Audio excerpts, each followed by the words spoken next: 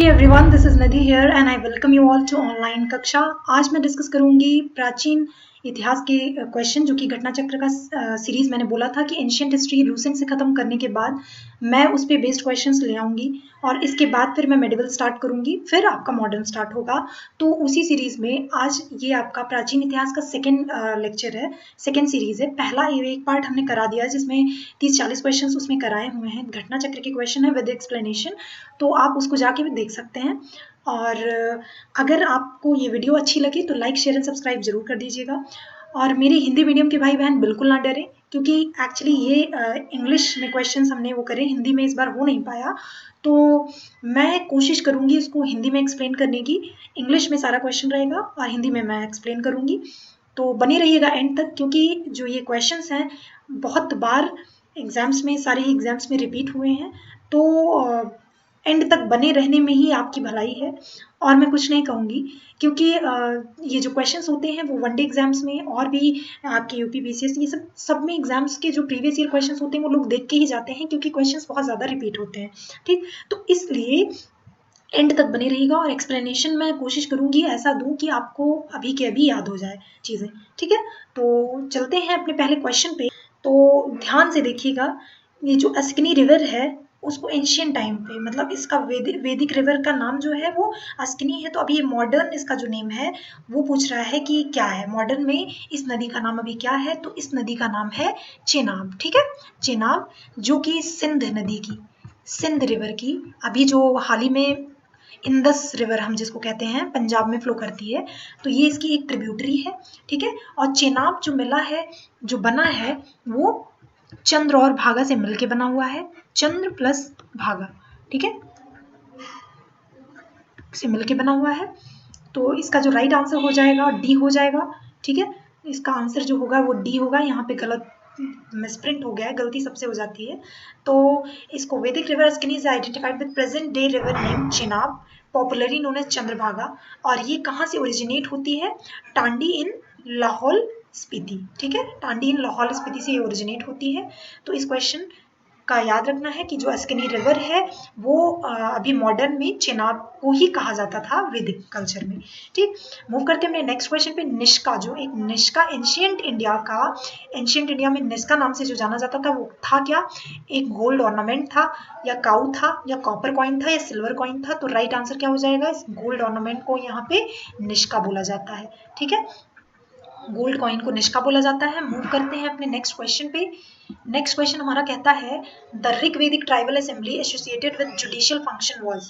ऋग्वेदिक के टाइम पे मैंने आपको बताया था कि डिफरेंट डिफरेंट नेम्स होते थे, उनको उस टाइम पे क्या कहा जाता था। आप अगर वो सीरीज या लूसेंट का पार्ट नहीं देखे हो तो प्लीज जाके देख लीजिएगा, जिससे आपको क्वेश्चन करने में मजा आ जाए।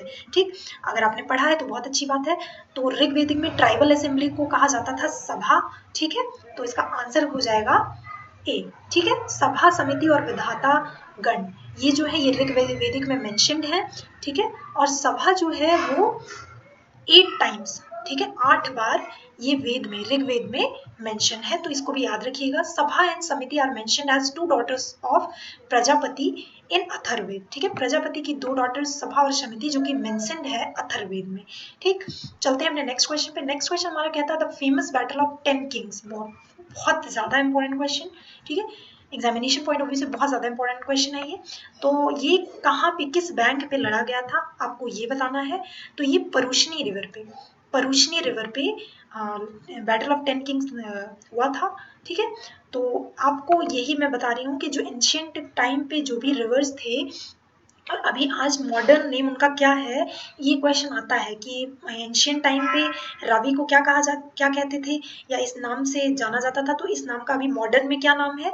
तो ये सब आप लोगों को पढ़ना है, ध्यान से पढ़िएगा। ये प्रीवियस ईयर क्वेश्चन है, मैंने ईयर नहीं मेंशन किया है, लेकिन मैंने प्रीवियस ईयर क्वेश्चन ही उठाया है, आप घटना चक्र में जाके देख सकते हैं। ठीक है, चलते हैं अपने नेक्स्ट क्वेश्चन पे। नेक्स्ट क्वेश्चन हमारा कहता है which of the following river among the following referred as मते तमा, देवी तमा और नदी तमा इन द ऋग्वेद।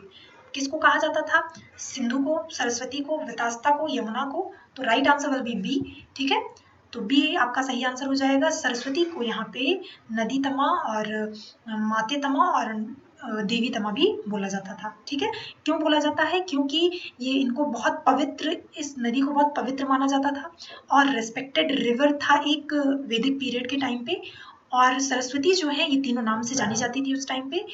इसका मतलब होता है कि best of all mothers, best of all goddess and the best of all reverse. ठीक है, इसका ये मतलब होता है, तो ये मतलब भी पूछ सकता है।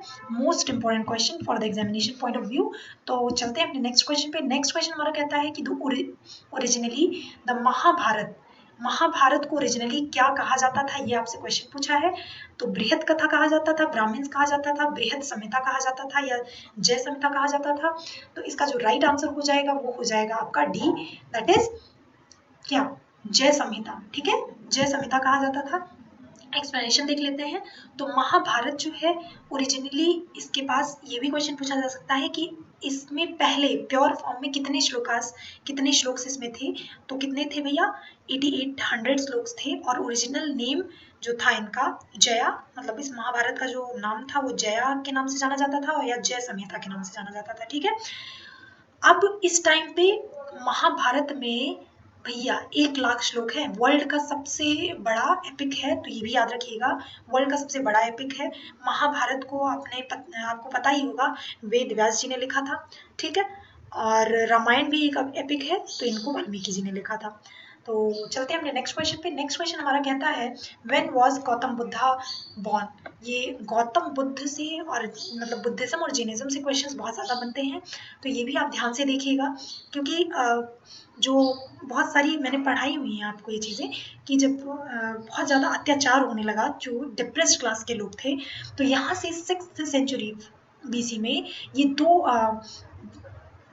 कह सकते हैं जैनिज्म बुद्धिज्म ये दोनों उभर के आए, जिससे कि उनकी पीड़ा कम की जा सके और बहुत मतलब उस चीज़ को फॉलो करके वो अपनी लाइफ को इम्प्रूव कर सके।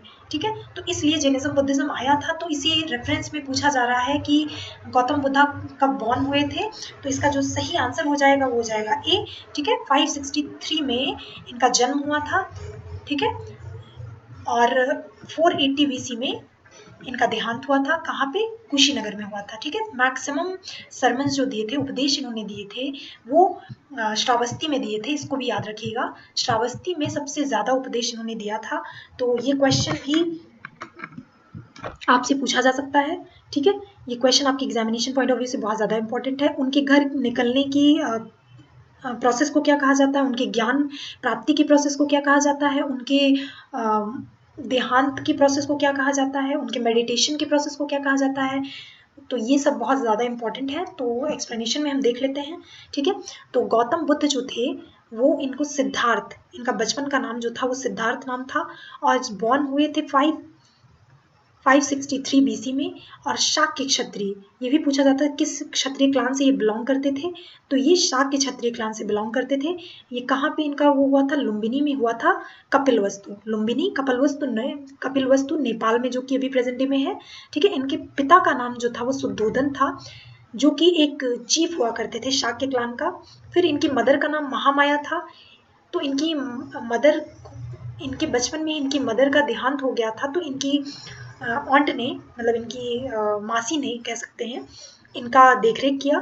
तो उनका नाम है महाप्रजापति गौतमी। इनके घोड़े का नाम कंटक है, ये भी पूछा जाता है। और इसको चलाने वाला कौन था, छन था। ठीक है, छन नाम था। और process of living the house, इसको ये पूछा जाता है क्वेश्चन, तो ध्यान से देखिएगा। महाविनिष्क्रमण, ठीक है, महाविनिष्क्रमण इनके हाउस की लिविंग को कहा जाता है। जब भी घर त्याग करते हैं, गृह त्याग करते हैं, तो उस प्रोसेस को महाविनिष्क्रमण कहा जाता है। ठीक है, इनका जो देहांत हुआ था 80 साल की उम्र में हुआ था, 463 BC में, at Kushinagar, which was called as Mahaparinirvana. ठीक है, महापरिनिर्वाण के नाम से जाना जाता था। फिर चलते हैं अपने नेक्स्ट क्वेश्चन पे। Which of the following event of Buddha's life is known as Mahabhinishkramana. उनके डेथ को क्या कहा जाता है, उनके बर्थ को क्या कहा जाता है, और उनके डेथ के प्रोसेस को क्या कहा जाता है, ये आप मुझे कमेंट सेक्शन में लिख के बताएंगे। ठीक है, क्योंकि ये मैंने लूसेंट में पढ़ाया हुआ है। अगर आपने वो वीडियो नहीं देखी है तो आप जाके जरूर देख सकते हैं। ठीक, तो इस महाभिनिष्क्रमण जो था, ये प्रोसेस था, मैंने बोला था गृह त्याग का, तो his departure from house is known as Mahabhinishkramana. ठीक है, which is the another name of Buddha, Buddha का कौन सा बचपन का नाम था? पार्थ था, प्रछन्न था, मिहिर था, गुड़ाकेश था, या फिर नन ऑफ दीज। तो क्या था इसका आंसर? हो जाएगा भैया नन ऑफ दीज। अभी पढ़ा हमने कि उनके बचपन का जो नाम था वो सिद्धार्थ था। ठीक है, तो पार्थ और गुड़केश क्या थे? ये अर्जुन, जो महाभारत में अर्जुन का कैरेक्टर जो वो कर रहे हैं, तो वहां पे उनका नाम था पार्थ और गुड़केश। ठीक है, इस नाम से उनको जाना जाता था। और मिहिर और प्रछन्न जो थे, ये बुद्धा के नेम नहीं थे। इनका जो बुद्धा का बचपन का जो नेम था वो सिद्धार्थ था। ठीक है, याद रखिएगा। फिर चलते हैं नेक्स्ट क्वेश्चन पे। From which inscriptions of the following dynasty Lumbini was known as Buddha's birth place? किस इंस्क्रिप्शन के द्वारा, मतलब किस शिलालेख, किस उसके द्वारा, इंस्क्रिप्शन के द्वारा बुद्धा के बर्थ प्लेस को लुम्बिनी बताया गया है? ये क्वेश्चन है आपका। तो मौर्यन से, शुंग से, सतवाहन से, कुषाण से। ठीक है, तो इसका जो सही आंसर हो जाएगा वो मौर्यन डायनेस्टी हो जाएगा। मौर्य के इंस्क्रिप्शन से, मौर्यन इंस्क्रिप्शन से यहाँ पे ये पता चलता है कि गौतम बुद्ध जी का जो जन्म हुआ था वो लुम्बिनी जगह पे, मतलब जो नेपाल में एक जगह है लुम्बिनी, वहां पे हुआ था। और ये भी पूछा जा सकता है कि मौर्य के संस्थापक कौन थे? तो चंद्रगुप्त मौर्य थे। इसके पहले मैंने बताया है कि ये डायनेस्टीज पूछ ली जाती है, मतलब कॉलम में दे दिया जाएगा और आपको अरेंज करना रहेगा कि कौन सी डायनेस्टी पहले आई। तो ये याद रखिएगा, मैंने सीरीज वाइज बताया हुआ है आपको। तो पहले आता है आपका हरियंक डायनेस्टी। ठीक है, पहले आता है आपका हरियंक डायनेस्टी, फिर आता है पद्म डायनेस्टी। ठीक है, नंद डायनेस्टी कह सकते हैं। नंद डायनेस्टी के बाद मौर्य डायनेस्टी आती है। ठीक है, मौर्य डायनेस्टी के बाद आपका कौन सा आता है? शुंग डायनेस्टी। ठीक, शुंग डायनेस्टी के बाद आता है आपका कण्व डायनेस्टी। फिर आता है आपका क्या? फिर आपका आता है सतवाहन डायनेस्टी। फिर लास्ट में आपका आता है कुषाण डायनेस्टी। ठीक है, और लास्ट में जब जो खत्म होता है आपका एंशियंट हिस्ट्री, उसमें वर्धन डायनेस्टी लास्ट में रहता है। और इसमें ये भी क्वेश्चन पूछा जाता है कि इसके संस्थापक, मतलब फर्स्ट रूलर और लास्ट रूलर भी पूछ लिया जाता है। तो ये आप ध्यान से देखिएगा। तो इसका जो सही आंसर हो जाएगा मौर्यन डायनेस्टी हो जाएगा। चलते हैं अपने नेक्स्ट क्वेश्चन पे। हाँ, इसका एक्सप्लेनेशन यही है कि मौर्यन डायनेस्टी के अशोक जो आपको पता है कि अशोक जो थे ये बहुत बड़े अनुयायी थे बुद्धिज्म के। तो इन्होंने various part of the world में इन्होंने इस चीज़ का स्प्रेड, इसको फैलाया, मिशनरीज के थ्रू बुद्धिज्म को फैलाने की कोशिश करी। और यहाँ से ही आपको पता चलता है कि जो गौतम बुद्ध जी का जन्म हुआ था वो लुम्बिनी नेपाल की एक जगह पे हुआ था। बुद्धास महापरिनिर्वाण, महापरिनिर्वाण का मतलब होता है डेथ ऑफ बुद्धा। ठीक है, डेथ ऑफ बुद्धा।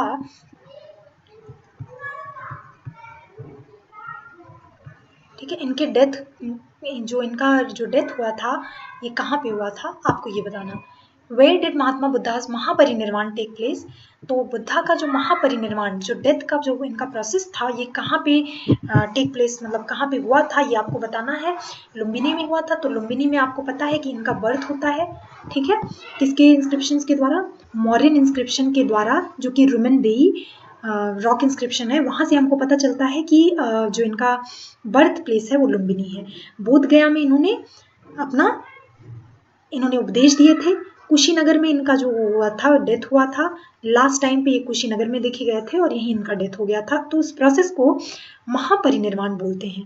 ठीक है, कपिल वस्तु में भी इनके जन्म से रिलेटेड है। तो इतनी चीजें आपको याद रखनी है।